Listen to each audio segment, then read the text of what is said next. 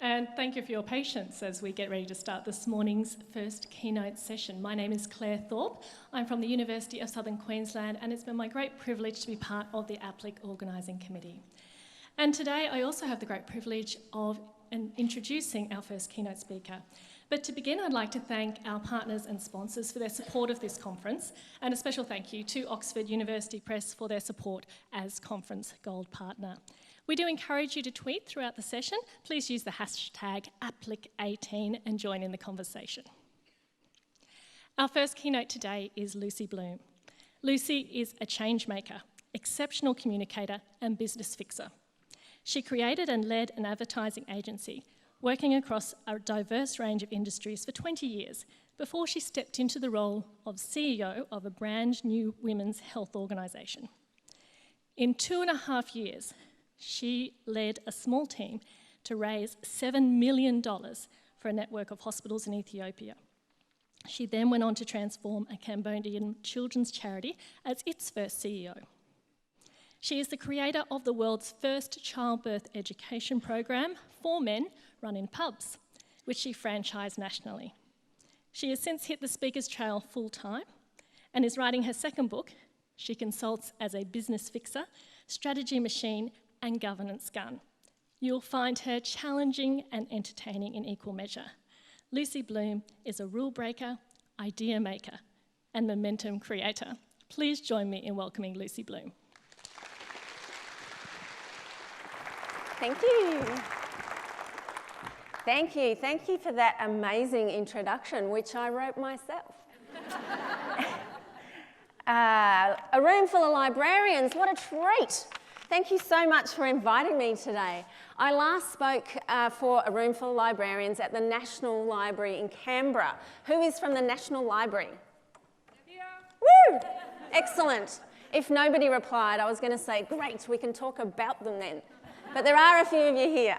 So you may have heard some of my career stories, so if you don't mind just laughing at the jokes in the right places along with everyone else, that would be excellent. Now, you librarians are extremely organised. When I was called and booked for this speech, I was asked, could I speak on June 30? I looked in my diary, sure, I can juggle a few things and be there next week. No, this is for 2018. So they were booking me a whole year ahead. I looked at my diary and I thought, I think I can make it, yes. July is clear. So here I am a year later, and I've been dealing with the office, and what a delight it has been to get to this stage. So thank you so much for inviting me. My very first library experience was not a good one. I was born in Africa, and I'm not even sure I went to school before year 3. I have really vague memories of riding donkeys and living on a farm. And then we moved to Australia and I went to primary school in year 3, and nobody explained this weird jargon that happens in Australian schools. Someone said to me, what house are you in? And I had no idea what that meant. I was like, it's a red one down the street. They said, no. Then someone explained, they carved the school into 4 and you're in a team. I had no idea what this stuff meant, let alone how the library worked. So my first trip to the library was just like heaven, like walking into a church, all these books. I chose some books. Somehow I fumbled through borrowing them correctly. I took them home, I read them, I brought them back. Next thing I know, my name is being called in assembly because my books are late.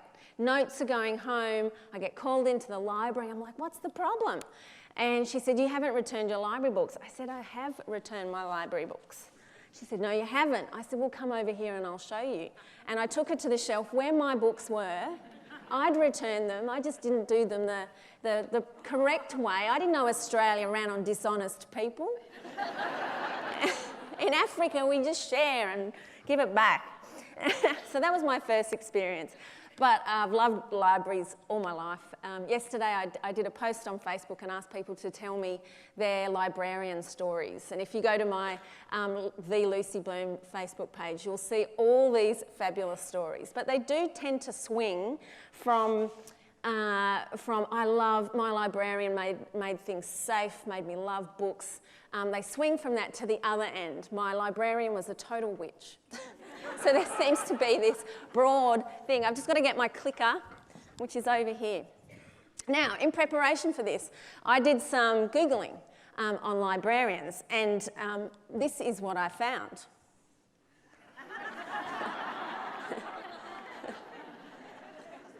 So the first one's a bit unfortunate. Far out, who's Googling that? But the cool thing about Google is we can mess with this.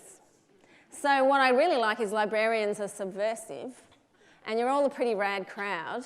So I think we should vote on which one we like the best, and then we Google the shit out of that thing, and it will come to the top of the rankings. So I quite like Generals in the War on Ignorance. Just plain awesome is good. Which one do you think? Someone shout at me. See, all the men are saying Generals. Secret Masters of the Universe, those are all the Star Wars fans saying that. Actually, speaking of men, I forgot to acknowledge the men in the room for their bravery, for joining such a female-dominated industry. It's really, really brave of you. We're proud of you. I'm sure they'll look after you. Okay, so I'm thinking Secret Masters of the Universe? Yeah. Are we good with that? All right, whop your phones out. Click on Google. Google librarians are the secret masters of the universe. And I want you to create a diary note so that at 9 a.m. every morning when you sit at your desk, you do that. And then if you don't mind also doing awesome speaker Lucy Bloom, like twice a day, that'd be ace. How terrible is that? So look, librarians do have a bit of an image problem, don't you think? I don't understand why, because I think you're totally rad. I'm not a very good networker. I don't like networking much. I don't like the forced conversation around networking. So what I do when I network is I look at the person with the most radical hair in the room, and I just go up to them and I say, you look like we should be friends. And that works really well. But with you lot, I'm going to be busy. There's lots of really rad hair, definitely. Okay. So I'm going to give you a little, a quick nutshell of my career. And if I can't be an inspiration, I can at least be a horrible warning. Because my career hasn't been perfect. There have definitely been ups and downs, but it has certainly been a lot of fun. And then hopefully from some of the things I have learned in my career, I can pass on some of my learnings to you so you don't have to face plant. When I first left school, all my friends were going to schoolies, but I came from a super strict family. We were born in Africa. It was often very dangerous. My parents didn't trust going out, and schoolies just totally scared them, so I wasn't allowed to do that. So instead, I went and worked as a jillaroo on a farm in Victoria, because, you know, riding horses downhill is not dangerous. So I went and did that, and I had the most amazing time. I did it for fun. It wasn't a career move. It was just fun. I loved riding. I was allowed to do it. I drove tractors, I built fences. It was the most fantastic thing to do. And when I'm Prime Minister, everyone will have to do a whole year working in primary industry between the end of school and starting a university degree or travel. Because we haven't got enough people to do it. We force backpackers to do it and they don't really want to. But if we had a whole year of working in primary industry, I learnt so much. It was good to be physical too after studying for so long. So that job was a ball. Then I came back to Sydney, started a degree in visual communication, and it was just too theoretical. I couldn't stand it. I dropped out and I got a fabulous job in an advertising agency. And it was a dream come true. I was kind of thumbing my nose at my friends still at university because it was the kind of job I wanted post-university, to be a junior creative. Wonderful job, learnt so much, and there I learnt an awful lot about communication and the work I went on to do in charities, because our major client was World Vision. We worked with Amnesty International and those big brands. Then only 8 months into that dream job and my new life, and I was living in an apartment with a friend, and I had a black shiny motorcycle that I used to ride to my second job in a nightclub, and I had a massive motorcycle accident on the Sydney Harbour Bridge. And I broke my leg really badly. I was in and out of hospital for a year. I had 14 reconstructive operations to stick my leg back on. And it was horrible. That is not where you want to be when you turn 19. In the end, what saved my leg, because I was going to lose my right leg, was surgery that they'd been doing since World War II, and it's called cross-leg surgery. So my left leg fed my right leg with blood supply. So technically, they had to sew my legs together, which is quite ironic for a highly promiscuous 19-year-old. My parents were like, oh, thank goodness. I was a mermaid for a month. And then so my left leg fed my right leg with blood and totally re-established the blood supply, and I got to keep my leg, which was great. What a relief. The only thing I'm bummed about is that I can't do Paralympics or something like that. And I remember thinking, geez, I'd love one of those bionic legs, but I'm glad I have my own leg. While I was in hospital, I was in there for a long time, and this was pre-internet. This was even pre-decent daytime television. I had the cricket and crap on the radio, basically, to entertain me. So I just kind of had, I had so many operations that I needed, that I couldn't really plough through books. I was too tired, on too many pain meds. And so I used to go inside my brain, and I used to fantasize. My theory is you can be anxious about things that you don't know are going to happen and probably won't, or you can fantasize about things that might not happen and probably won't. One feels fabulous, one feels awful. So I spent as much of my time fantasizing about what my future held. And one of my fantasies was to start my own little ad agency, because, you know, I had 8 months' experience and I could totally nail this thing. And that's actually what I went on to do. When I finally left hospital, I started my own little ad agency, and I worked for a bunch of clients, and I ran that agency for 20 years. And it was a fantastic way to make a living and also have a family. I have 3 kids, so I did my breeding during the years I was running that ad agency, and it suits me really well. I bore easily, and it meant that I could jump from one client to another, and I was doing all different work all the time. I'd be on a photo shoot one day, I'd be glued to my computer the next, I'd be in client meetings the next. So it was a great way to make a living, but as is usually the case with me, I start to get bored. And at about the 10-year mark, I remember I was sitting at home breastfeeding one of my babies, and the Oprah show came on. And a lady named Dr. Catherine Hamlin came on the Oprah show. This was 2004. So I'm sure some of you have her book in your library, if not your personal library. It's called Hospital by the River. And I hadn't read this book, I'd never heard of her, and she came on the Oprah show and talked about the work she was doing with childbirth injury patients in Ethiopia that she'd done most of her adult life. And I was so thrilled. There was an Aussie on Oprah, a chick and a senior. It was just such a thrill. At the time, I didn't realise, but I was related to her by marriage. I didn't even know at the time.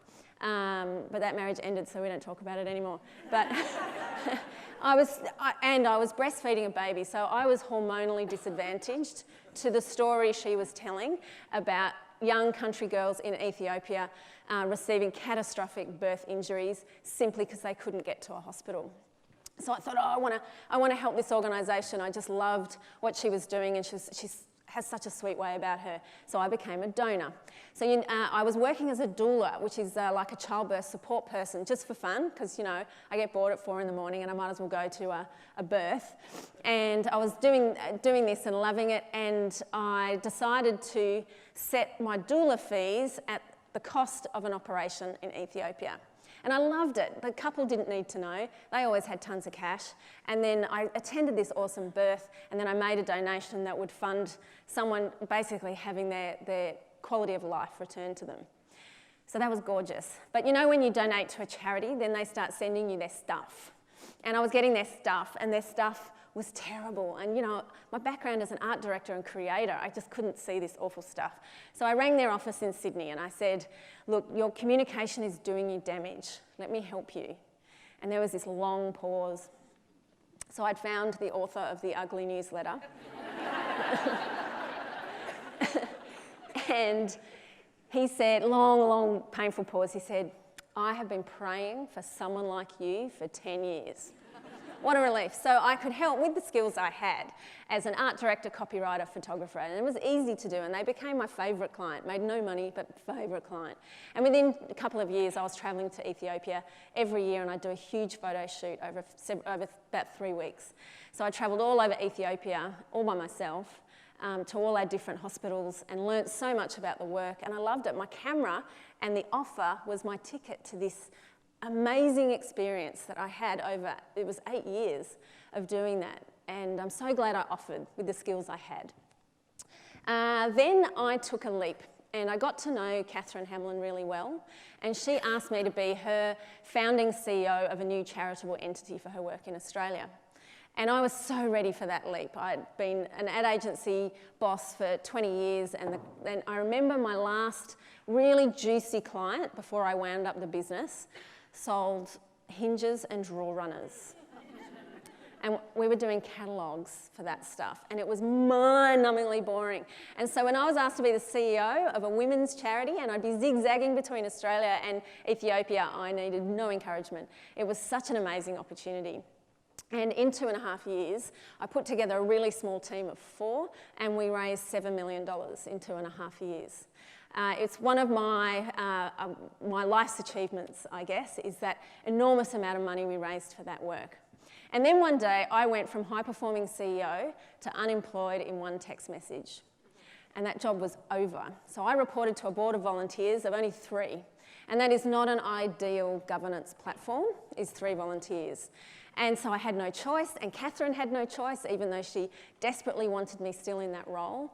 And the organisation wanted to reduce their fundraising and push more fundraising internationally. And that was not in my DNA. There is no way I could reduce our fundraising year on year. And to be honest, looking back on it, I am not a business as usual kind of lady.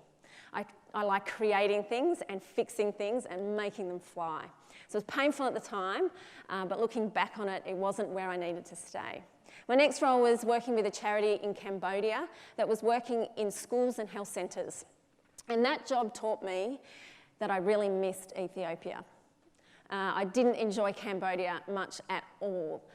And that was only a 13-month change management role where I had to look under the hood and fix everything. And I got that done as fast as I could. Then I dived into the Speaker's Trail, and now I stand before you, and I'm authoring my next book, which is called Get the Girls Out, which is sort of like a business memoir, which is being published by HarperCollins. Should have come out this year, but I've been busy, so it'll come out next year. So that's my life from leaving school to standing before you. And I'm going to tackle the theme of this conference. Now, the theme, Roar, Leap, Dare, I'm actually going to turn on its head and turn it the other way around and explore it as dare, leap, and roar, because I think life and our challenges come more in that order. First you dare, first you have you look at the risk, then you leap, you take the courage to do that, and then you roar in your success, or maybe lick your wounds in failure. That can still be a roar.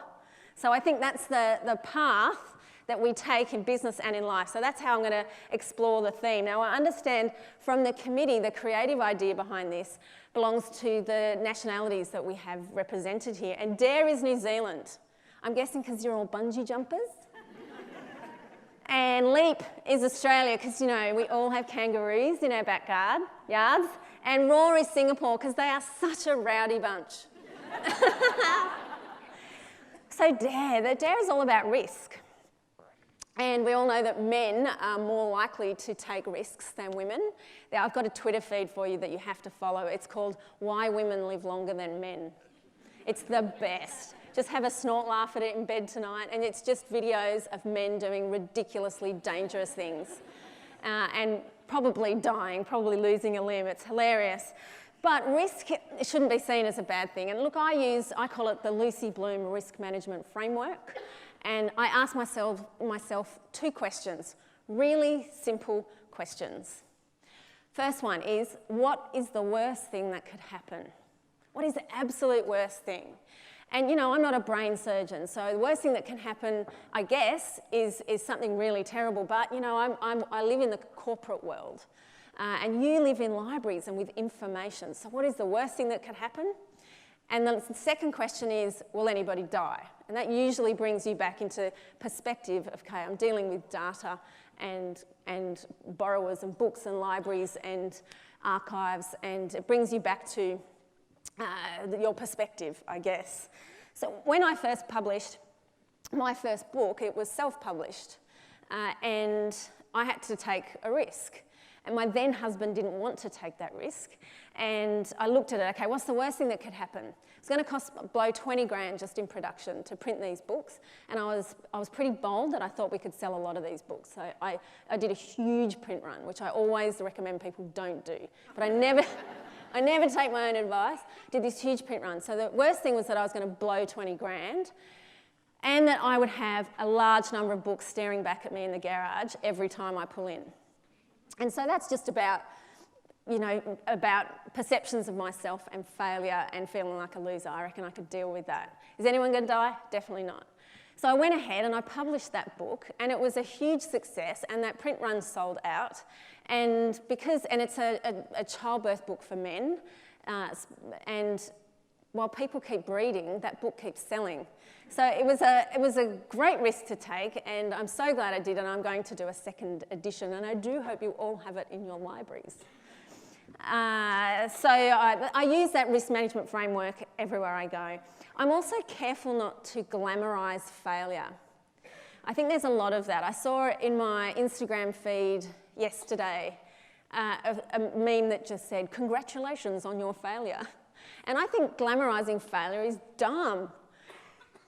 We should be focusing on success, but what is doubly dumb is if you make mistakes and don't learn from them. So yes, we have to look back on how did we screw that up and how do we learn from that. And I always look at the cost of screwing up. So wow, that screw up cost 10 grand. And then look at, well, you know what, I could have paid for a 2-week intensive course that cost 10 grand to teach me that. So I just do that to make myself feel better about failure. But I do not like the glamorisation of failure. I do think, though, that you should test your nerve with risk-taking. So we don't live we do live in a risk-adverse country, and all the rules around us keep us all very safe, and we don't take too many risks at all. But I recommend that you test your nerve. So push yourself into things that don't feel so great. Push yourself into that discomfort zone. Whenever I hire someone, I ask them a few questions, and I get them to see what their labels are. And a lot of people label themselves negatively. And I remember interviewing a woman, and she said to me, "Oh, I'm not a computer person," which I would suggest is a bad thing to say in any interview. I don't care if you're a gravedigger. Don't even say you're not a computer person. And I remembered that, and she nearly didn't get the job, but she ended up getting the job because basically she volunteered and sat next to me for a month and basically got the job out of osmosis by just sitting close to me. And I remembered that she's not a computer person. And so I put her in charge of IT. And I learned this in Cambodia. They put the biggest offender of a problem as the chair of the committee. So the biggest alcoholic in the village is the chair of the Alcoholics Committee because they know how the problem works. They know how bad it is. They know what the pain points are. They know how to get around the smart thinkers. So I put her in charge of IT, and she became an absolute bomb at it. And I also put her in charge of a project, which meant we developed an API or an integration piece between one piece of software and another. And it was so good. She was dealing with offshore programmers, and it was so good that the software developers bought the API from us, and we made a profit from it. So she went from, I'm not a computer person, to developing APIs and briefing offshore developers. So push yourself into things that you've labelled yourself, "Oh, I'm not that kind of person." Then I overheard her telling someone else in the office, "Oh, I'm not much of a runner." And so I sent her to Ethiopia to run against Ethiopians. I made her in charge of a fundraising group of 12 women who went to Ethiopia. They raised $250,000, and it was just a 10K run, but still it was at altitude against Ethiopians. And she had the time of her life. So push yourself into those things that you think, I'm just not that kind of person. I don't like flying, or I used to not like flying much. It really bothered me. But I realised I just didn't like crashing much. The actual flying is fine. As a mother of 3, just sit there and have meals brought to you and movies. It's fabulous. But it scared me. And this was years ago, right in the middle of running my ad agency. And a client sent me to far north Queensland to shoot a property that was being developed into this gorgeous resort in Palm Cove. And the last thing in the brief was, and could you shoot some aerial footage? Oh man, so this was pre-drones, and I flew to Cairns. I got straight out of that plane and just thought, go straight to the heliport and ask how this happens. And I was so nervous. And they said, we could fit you in right now. And so I chartered a flight in this helicopter, and it was so scary, and that you've got headphones on. I remember when I was standing there signing the release forms for if I die, it's all my fault, and I see this dude walking across the tarmac, and he's got the door of the helicopter in his hands. And he's going, do you want the door on or off? Photographers normally want it off. And I went, okay, we go without the door then. So we get in the helicopter, and it's just like a little lap sash thing. I thought there'd be a harness. I thought I'd have a helmet. No, just a little lap sash, like in the back seat of the car. And I had a little headphone speaker, and you had to push a button. And the blades start. My heart is like jumping out of my chest. And I said to the pilot, I'm a mother of 3, and I really need to survive this trip. And he's a Queenslander. He goes, darling, I'm a father of 4, and I'm having chicken for dinner tonight. How good was that? Something about a dead chicken made that much more peaceful and relaxing for me. Okay, there's been a sacrifice. I'll be fine. So we go up in this, and it was amazing. It was, what a stupid fear to have. It was amazing, and I shot some of the best Far North Queensland footage that I've ever taken from up in the air. We got clearance from Cairns airspace, and we flew really close to the high-rise buildings at Cairns. Amazing. And I came out of that helicopter on, like, just, yes! I'd conquered this fear. It's like when you get a piercing and you go, yes, I want another one. And it was just felt so amazing. The adrenaline was pumping. I felt so good, and I thought, what else? I'm up here on my own, kid-free. What else can I conquer? What else scares me? So I went to my car, and I made a quick phone call, and I drove just like 2 kilometres, and I went and I got my first Brazilian. Man, that hurt. Oh, far out. Anyway, I limped out of that salon, and I got back into my car, and I thought, that's enough for one day. So push yourself. What can you conquer this week? What can you do that you just go, oh, I don't like it? I'm not fond of phone calls. I would much rather text. If you phone me and I don't answer, my message says, hi, I don't like voicemail, please text me. So I just don't like it, but sometimes I force myself to make the call. And I stand up because then my voice sounds better. So test your nerve. What will you dare yourself next? What will you push yourself into next? Dare yourself. Dare your colleagues. There's that gorgeous book, Breath, by Tim Winton. There's the film adaptation of that. And there's a line in it where 2 grommet surfer boys, one goes, I dare ya, and the other one goes, I dare you to dare me. So get a work buddy who's willing to dare you. I dare you to dare me. But to put all that in perspective, is anyone going to die question that you need to ask when you dare yourself, when you take risks. Let me tell you a story. So it's in Ethiopia. And this patient came to us. She was an orphan, and she'd gone to live with her uncle. And her uncle raped her, and she was pregnant. She had this baby and had a terrible obstructed labour. So the obstruction means the baby gets stuck in the birth canal, and it does terrible. It just holds there for days and days and days, and it does terrible internal damage and leaves a woman incontinent. And her baby died, only 7% of those babies live. And she was left with the most horrific injury. She had bowel incontinence as well as bladder incontinence. And if you imagine living in a village lifestyle where you have no sanitation, no running water, it was just unbearable. So a grubby uncle built her a little hut on the outskirts of this little village, and she lived in this hut by herself, just in the dark, just miserable. But it didn't take long before the hyenas could smell her. This is in really remote Ethiopia. And at night, the hyenas would start to circle her hut, and she could hear them. And they are big, awful, vicious predators. And she started to think, those hyenas are going to get me one day. They're going to get brave, and they're going to come in here, and they're going to take me. And she thought, I have to take the risk. She had to dare herself. So Ethiopians are known as very good runners. So she made a plan, and at absolute first light, at dawn, she set off and she ran. And she was really injured. She ran, and she ran all day until dusk. She finally just made it to a mission station where a bunch of missionaries were. And as soon as they met her and could smell her, they knew exactly what she was, that she was an obstetric fistula patient, and they knew exactly where to send her in Addis Ababa. So I think they gave her bus fare, or they may have driven her there themselves, and she came to the Addis Ababa Fistula Hospital, and she had several surgeries, and she was completely cured, and she became one of the nurses' aides and is still working at the hospital today. So when you take your risks, think about that girl and the hyena, and think, can I do this? Can I push my nerve? I'm sure you can. So leap to the Aussies and the kangaroos. I think leap is all about courage. It's all about bravery. And all courage is overcoming fear, honestly. Oh, actually it's not. Courage is overcoming fear, and all fear is a really revolting feeling in your stomach, but sometimes it manifests in your chest. That's what fear feels like in your body. And it can be paralysing.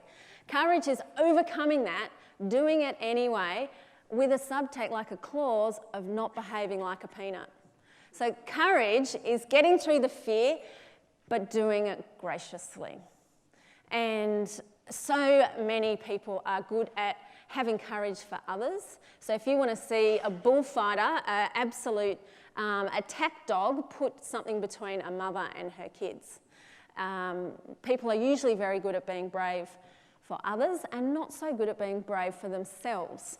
So I don't know why, but all my courage stories are about sex, so settle up. There's a whole big fat chapter on courage in my book, Get the Girls Out. And I was almost finished, and I sent it to the smartest chick I know. And she read it in half an hour. You know, that thing took me months. That chick ploughed through it in half an hour and shot back an email. And her email said, "You don't know courage until you've clicked send on an email to a male escort." Wow. I emailed her back and said, "Tell me more, fill me in, what happened?" So her story is amazing. She was in her early 40s, and she'd had, late 40s maybe. I need to be careful not giving you too much information about her. Let's call her Susan, because that is her name. And she was in her late 40s, and she'd had a 10-year sex drought. And she was crawling up the walls. She'd read something about women in their prime, and she's like, "I've just pissed away my prime," having this hideous sex drought. She didn't know how to fix the problem, and then she read an article in The Good Weekend about the rise of the male escort. And it just tweaked something in her. She read more, she Googled a lot, and then she decided to plough $2,000 into a weekend with a male escort. I was like, I need more detail than that. So she had this wild weekend. She said there's a really sweet part of her story. She said she got there and she was so nervous, and they had tic-tacked with emails for months. She got there and he said, "Would you like a drink?" And she said, "I'd like a water." And I'm like, "Are you kidding me? I'd take 10 tequilas at that point." But okay, she said, "I'd like a glass of water." He pours her a water. She chugs this whole water in one painful in front of this guy.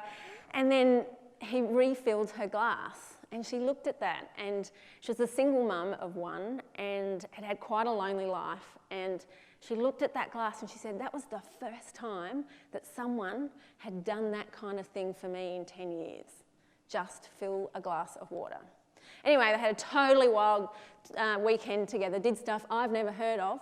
And then she said on the way home, big dirty grin on her face, she thought, "Far out, I need to save up for the next encounter. I'm going to open the fuck account at the bank." And she said, "I'm hoping I'm going to get frequent fucker points, because that was amazing." And what courage that took. I actually don't know if I'd have the courage to do that. Maybe I would. But she took enormous courage for herself. And she thought she would go back to this guy because it was so much fun, but it gave her so much confidence that she's since had a fabulous time, and now she's in a really long-term fabulous relationship. So I love that story of such courage, and it's all a bit taboo and people don't want to talk about it, but it's wonderful. I remember doing a Facebook post where all it said was, "Fortune favours the brave." It was just a lazy Facebook post. It was just a meme that said that. And the very next day I got an email. And the email said, I saw your post yesterday and I thought I better email you because I've been afraid to email you. And it got my attention. Why on earth would you be afraid to email me? And I looked and I read her story. She said, I'm an Indigenous woman from country New South Wales. My sister's Indigenous, country Victoria. We launched an online business and it's bombing. We can't get this thing to work. And we want you to mentor us in this digital marketing space. So I keep reading, and it's an online sex shop. And it'll come to me, the URL, so you can all go and look at it. Give them a spike, they'll be like, oh my goodness, what's happening here? I looked at this and she kept going. She said, I heard you speak. I know you're good at this stuff. She said, I'm really sorry, but I can't pay you with money, but I can pay you with sex toys. What an offer. So I'm like reading this letter and I'm at home, my mum's cooking dinner, my kids are running around, and I'm reading this and I burst out laughing. Now my mum is a Baptist pastor, and my mum trots out of the kitchen and goes, what's so funny?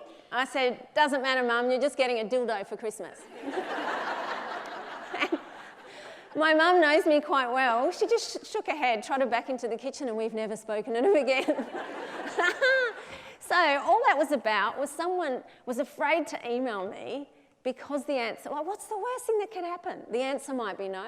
I might just ignore her email altogether. I suppose the worst thing that could happen is I was rude to her, and so there wasn't a lot to lose. So I'm so glad she asked me, and we did go on to develop a strategy for her, and it really excited me because that online sex toy industry is so competitive, and I love nothing more than being able to get a small startup up in those search engine optimization rankings, and I was so glad that some of my knowledge could help this startup. So one of the bravest things I've had to do, and I have never jumped out of an aeroplane into a war zone, it's really just on a corporate level that I've done some ballsy things. But one of the bravest thing I've had to do, I didn't realise it was brave until afterwards. I sort of bumbled into this thing, was I was asked to testify in the Royal Commission into institutional responses to child sex abuse. And I never realised what a big deal that would be. I testified in the Knox hearing. So I was a visitor to the school when I was 15 years old, and the headmaster felt me up at a musical rehearsal. And it was like a proper feeling up. He really, really went for it in front of a group of about 40 boys. And it was horrible and it was humiliating, and the boys teased me and I hated it. And I tried my best never to think of it again. And I think I compartmentalised old creepy men a bit as a 15-year-old, as something to stay away from. And then fast forward to 2009, and the police were storming Knox Grammar School and arresting teachers. And I remembered that occasion, and I rang the police and I just said, look, I've got a statement to make only because it might help you paint a picture of the kind of creep you're dealing with in the guy who was the headmaster of that school for 30 years. He'd been covering up a pedophile ring for 30 years. And the survivors, those boys, were groomed from the time they were 13 when they first joined the school, and they were boarders who were there all term. They didn't even go home for the weekends. And then they tempted them into things that was enough to get them expelled, and those boys were trapped. And today, only half of those boys are alive, and they're my age, in their early 40s. So I gave this statement and didn't think of it again, and then 2015, an Australian Federal Police officer called me and asked if I'd be willing to make that exact same statement in the Royal Commission. So it seemed like a no-brainer. Of course I would. It would help the Commission.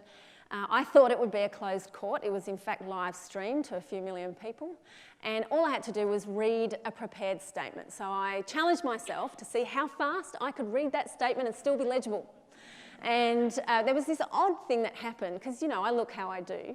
So it was a little bit unusual. I was the only female person to give testimony in that particular hearing. And suddenly the whole court filled up. So all the media who were in a media room filled all the rows at the back, but all the family and survivors stayed just outside the court. And I just had to read this statement, and then there was cross-examination. And you can't really, well, I didn't feel like I could really prepare for cross-examination other than I knew my truth. I absolutely knew what happened. I remembered photographically where I was standing on the stage, where he was standing, where he touched me, where everyone else was. I could walk into that hall and tell you where I was standing on that stage, and no one could shake me from my truth, and I wasn't wavering on a thing. So the cross-examination didn't scare me. Lucky for me, the lawyer wasn't very clever, and he didn't ask very difficult questions at all. The question to ask me would have been, so you've given this testimony, tell me, where are all those boys, you say, who witnessed this? Why aren't they here today? That would have cornered me. I would have had to go, dunno. But little did I know, one of those boys, who I pashed at the Year 10 formal, one of those boys was watching that live stream from his office just a few blocks away.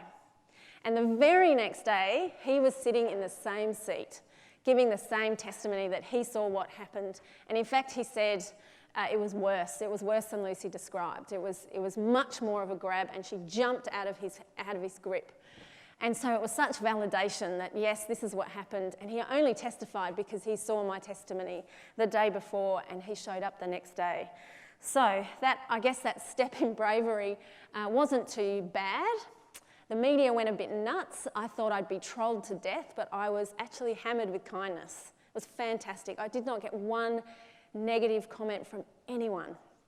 I, in fact, met my partner through Twitter after he saw me in the paper. So the only negative thing that flowed on from that was that I threw a big hand grenade at some very important people. I never imagined that when you expose someone who is hiding a pedophile ring and molesting little girls, that you really piss some people off. I never imagined that. And so I lost my job within 30 days. My next job, within 3 weeks, the family of the headmaster I testified against wrote to my board and told them they would never support the charity, and they pretty much follow me everywhere I go. Every new job I get, I have to say to whoever's hiring me, count to 10, and then you'll get a letter from someone to say that I should be fired, that I'm terrible. And usually the clients that I work with are like, bring it on, I can't wait. But I have to be careful. They will follow me everywhere. The headmaster is dying of pancreatic cancer, and so he'll be gone, but he has sons my age. So I took something on, I lobbed a grenade, and I just have to be careful about that forever. That was not what I expected. Interestingly, when I gave that testimony, I went up there, and my phone doesn't often leave my person, and I was holding my phone, and I thought, oh, what do I do with this? And so I wedged it under my butt. And I didn't turn it to aeroplane mode, and while I was giving my testimony, my phone was buzzing constantly under the butt we were talking about in my testimony. It was so bizarre. It was nice and distracting. But I never imagined when I left the court, I was like, whew, glad that's over. When I left the court, the friends, family and survivors were outside the courtroom. So this is still inside the building, but just outside the courtroom. And I was blown over backwards by these people who jumped out of their chairs, and they gave me a standing ovation, and they were crying and they were laughing and they were clapping, and I didn't realise that what I did made such an enormous difference to them, that someone who'd seen what happened there and had a tiny taste of it was still willing, I guess, to put myself out there. I waived anonymity because the cops told me that would be better, and I did. And just to see the gratitude from those people, it surprised me how much they were laughing, but I did give the lawyer a fair bit of flack when I was cross-examined. So let's move to raw, which I think is all about your voice and being heard and speaking up. And I think my loud voice, often these things come as a reaction. I think the loud voice I have always had comes from a holiday where we were driving. We had a holiday house on the coast of South Africa, and it was a 13-hour drive, and my dad insisted on doing it 13 hours straight, or he was not a man enough. We just had to do this thing. It was hideous, and I remember gibbering and jabbering to my grandma and my dad saying, "Do you ever shut up?" And that hit me like a ton of bricks. And I remember thinking, no, actually, I don't. So I think that moment where it was like I was being shushed has given me rise to that voice. And often we react to, when people say you can't do something, that is all you need to do that thing really well. Sometimes you just need dissenters to go, right, I will show you. Don't let those dissenters make you step back and go, oh, okay. You've got a reason now to prove them wrong. So find that voice. We live in a country where your voice really is heard more than most countries. So we almost have a responsibility, I think, to use it. I learnt some of my best bold communications from a woman named Jane Caro. You may have read some of her books. She's a media commentator, smart feminist, and she wrote an article in Women's Agenda in 2014. The headline was something like, "It's nice to be nice, but it's better to be bold." And I read that article and it changed the way I write and communicate forevermore. In that article she said, sure, it's nice to be politically correct and keep everyone happy, but you'll never be heard. You actually have to be really bold to cut through and like, whoa, be heard. So she used a few examples. She's an advertising agency exec as well. And she used an example of where she was working on a campaign which was for girls in the UK not wearing helmets when they ride horses. Huge horsey culture, but chicks don't want to wear helmets. I totally get it. You get major hat hair. So, but it's super dangerous. So there was this campaign, a poster campaign, and all it was a picture of a gorgeous brunette, long flowing hair, and she was jumping on her gorgeous bay mare, and the headline just said, blonde. Clever, hey? So yeah, it might piss a few blondes off, but boy, it made you go, what? But she's And you know, it made that communication so well. She said once she was working on a campaign and it was about domestic violence against women, and they were arguing about what imagery they would use again, it was either a poster campaign or billboards, what image are they going to use? And they argued as a creative team, well, you can't put a black woman, that's just, you know, that's stereotyping. Oh no, you can't put a white woman because our sponsors are all white. You can't put an overweight woman, you can't put a skinny woman. They ended up not putting a woman in the poster because they didn't want to choose one. They didn't want to annoy anyone. They didn't want to do something bold. She said it was the biggest dud of a campaign because it was just text. It needed boldness. So after reading that article, I changed what I did. I remember just after that, I did a Facebook post about, it was when Schapelle Corby was being offered $2 million for an interview. To talk about what? I don't know, because we've all heard it. And that just, as a CEO of a women's health charity where we were just inking every cent to try and get it to Africa, to see this kind of money being splashed around just drove me insane. And I did a comparison graphic about $2 million pays one convicted drug smuggler to have a nice life, or $2 million, this is what it can do in Ethiopia. And it was, you know, train 3,600 midwives, or 125,000 operations to completely transform these women's lives. And that had a reach. I think our Facebook community was only about 40,000 then, and that went to over 1 million people because it was really punchy, and I was cross. And you can see it in my copywriting. And I think at the bottom it said, don't watch the interview, make a donation. And I'd learnt that from Jane's fabulous article, and I take it with me everywhere I go. I think focus is also really important to have your voice heard. Really focus, to be seen and heard.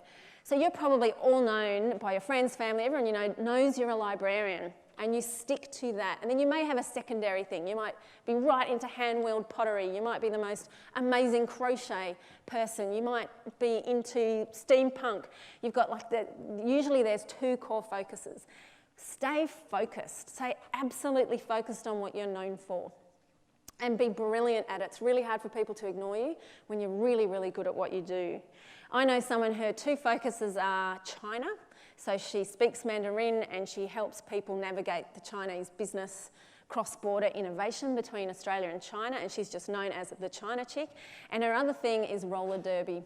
So she was the founder of Sydney Roller Derby, and her roller derby name is the Great Wall of China. How good is that? And that's her name in my phone, so when she rings me, I get a snigger every time. Great Wall of China. So stay focused.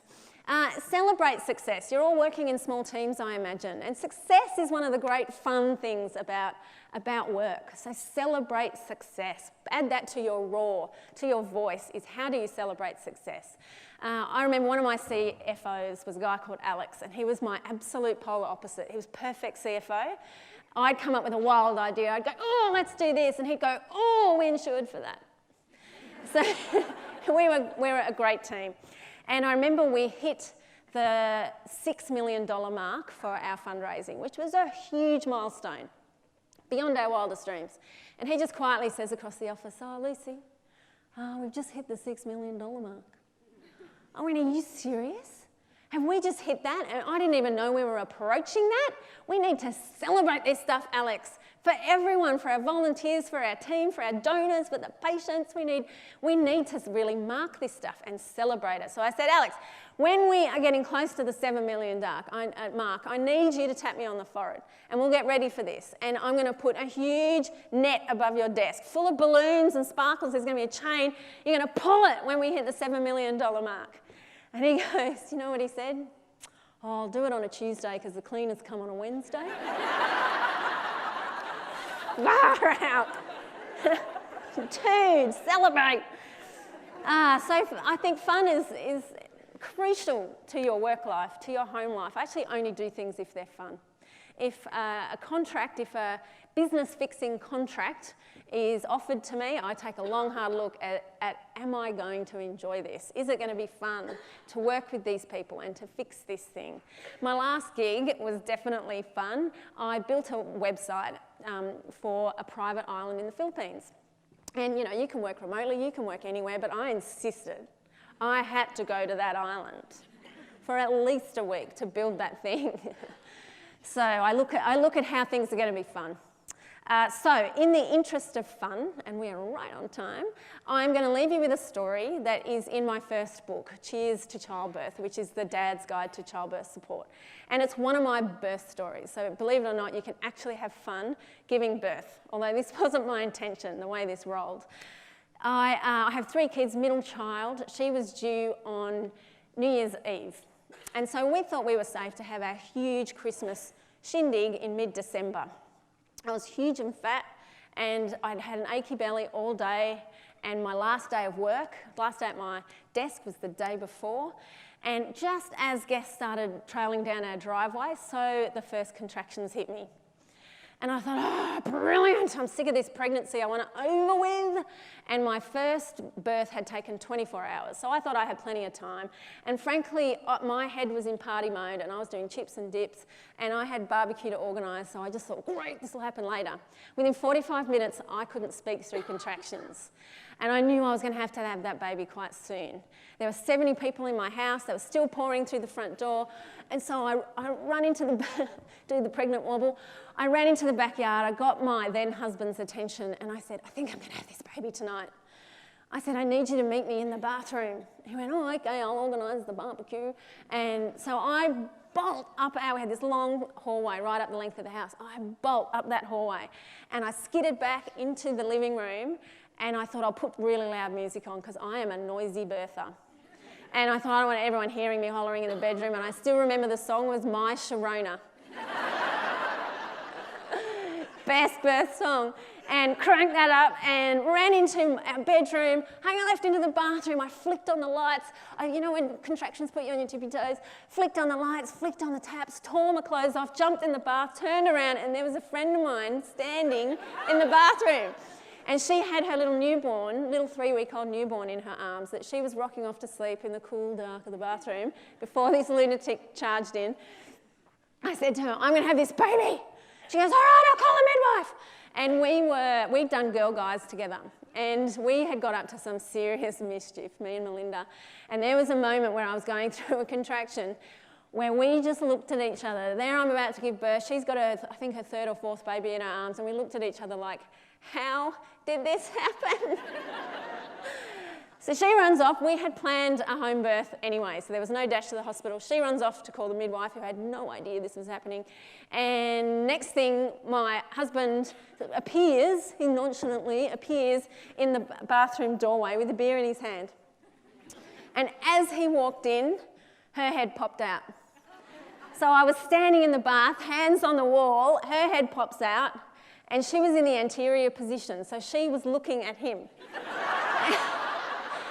And he goes, oh, what do I do? I said, put the beer down because you're catching this baby on the next push. But I did not push her out. Honestly, I didn't push anything. That baby ejected herself like a rocket. She's still rocketing through our lives. And he caught her, he reckons he caught her on the full. That she just like, whoo! And she had a really short cord, and he passed her through between my legs into my arms, and I could just sit down in the bath, and she was perfect. Absolutely perfect. And the photos are perfect, because I got a full face of makeup from the party. So, it's perfect. And oh, she was just gorgeous. And then husband staggers out, like he's still going, what? I thought we were having a party. And he staggers out into the party and stands at the top of the stairway, kills the music, stands at the top of this little stairway, and everyone's gathered, and he goes, I just delivered a baby girl. And the invitation said, Lucy promises not to give birth on the night. So people were like, yeah, that's not very funny. And then he turns and goes, can someone get me a bowl for the placenta? And so people are like, ah! Or, So everything was happening. The bathroom became central station. All the neighbours have seen my boobs. And my mum rocks up late. She's never late. My mum is never late, and she was late that night. And then the midwife rocked up. She was so cross. She couldn't get a park in our street because there were so many people. She had to battle through the party to sterilise all her goodies. Apparently someone opened a lid on like all her goodies and went, ah! And then she came and she cut the cord and did all her stuff, and then I had a shower, and I got back in the clothes I had been wearing when I was out there in the party, and we wrapped up my gorgeous little baby and went out into the party and had champagne. So it was such a wonderful, I could never have planned a birth that well. And one time in Ethiopia, Catherine told the whole main ward, so it's a 140-bed whopping ward, told the whole ward that birth story. Catherine likes to introduce people by some kind of thing she remembers them by. She's really bad with names. And so she will introduce me, oh, this is Lucy. She used to introduce me as, oh, this is Lucy. She has terrible scars. And I go, can you stop that? Then she became, this is Lucy. She had a baby at a party. That's how she introduces me. Or she'd do shockers like, oh, this is Marie, she's a divorcee. I go, Catherine. Anyway, she told the birth story, her slightly compact version of the birth story, in the main ward, and then one of the nurses translated into the main language, Amharic. So all the patients heard this wild story. And Catherine said at the end, oh, and then she had champagne, and she added at the end, and that's how all Australian women give birth. Far out. So I will leave that with you. Go forth, be daring, leap, roar, enjoy this fantastic conference. I'm going to be around today, and I will definitely be around at lunchtime, and I want to meet every single one of you. So don't be shy. I'll stick around. I'll be hanging around the food. So I will see you then. Thank you.